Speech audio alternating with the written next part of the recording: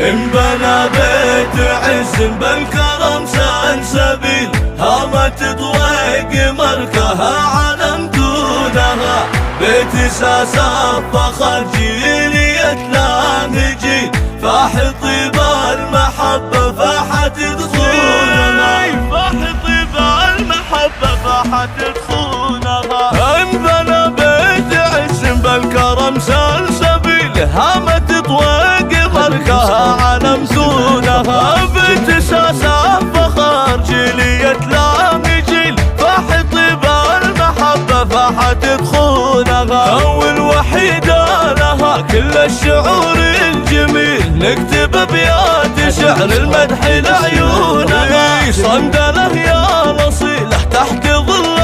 نصيل، واحد لا تثور الارض وركونها، باقي ذكر عبد الله مثل النخيل، راسها بالسما لو ما تتكذونها، راسها بالسما لو ما تتكذونها. رحمة الله عليه كان شيخ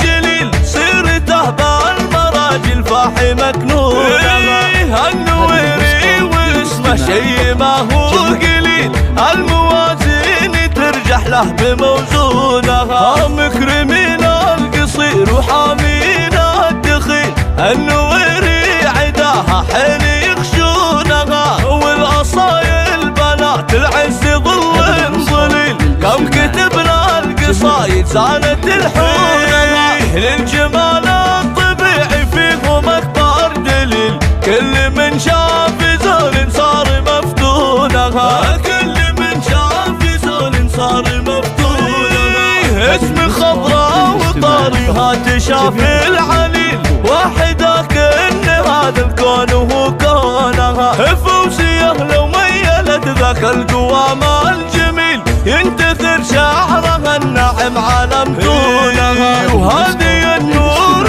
نوره مثل وبلا المخيل، يا الكريمة سقت نوابل مزونها، نورها الزين والطبع الفريد الجميل، يوم تقبل يفس الشعر العيون.